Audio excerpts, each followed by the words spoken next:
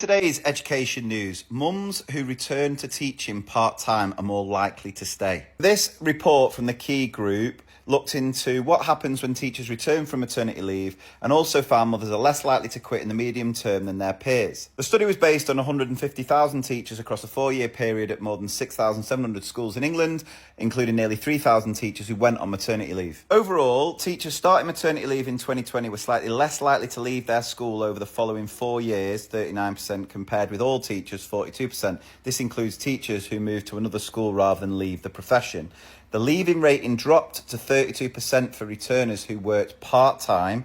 This went up to 45% for those who went back after maternity full-time. And they have concluded that offering part-time roles is one way to retain females and to retain them at higher levels than average. I've talked about this on previous videos, how the biggest demographic leaving teaching at the minute are 30 to 39-year-old mums, paying that motherhood penalty where they don't feel they can be a good enough teacher in the current system with all the expectations, plus also be a present enough parent. So they are either leaving the profession or they are taking a pay cut to go part-time, but so many of them are still working the equivalent hours. Returning mothers were twice as likely to work part-time, 40% compared with 20% of all teachers, with discrepancies between returners in primary 32% and secondaries 44%. I wonder how much of that was more down to the fact that teachers weren't given the choice to go part-time. And it seems that first year back after maternity is the biggest challenge. 17% of returning teachers quit within a year of coming back, 5 percentage points higher than the leaving rate for all teachers. However, if they stayed more than a year, the rate dropped to just 10%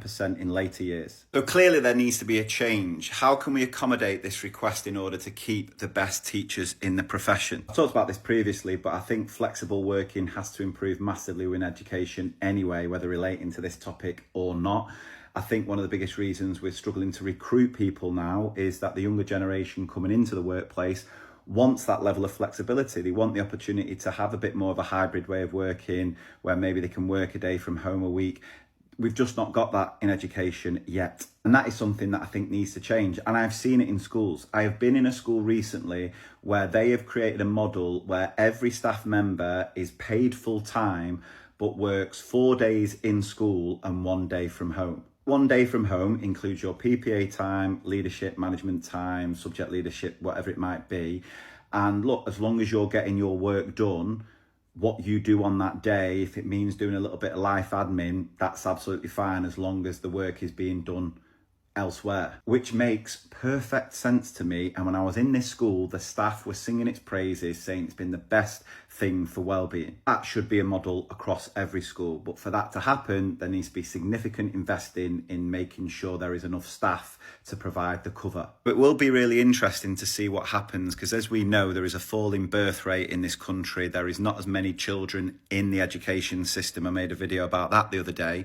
So it'll be interesting what happens, because the choice is you can then start cutting per pupil funding because there's not enough students in school, or you can keep the funding there to make sure there's enough bodies so you can create that flexible way of working which will retain more teachers and probably bring more teachers into the profession. It's also mentioned here about the lack of flexible working in leadership being another hurdle, with 31% of female classroom teachers working part-time compared with just 8% of heads. I know that working part-time can certainly work against you if you are looking at going into leadership and management within a school. So this report just proves to me another reason why we need to really look at improving flexibility within teaching and education so that we can make sure we are keeping the best teachers in our classrooms.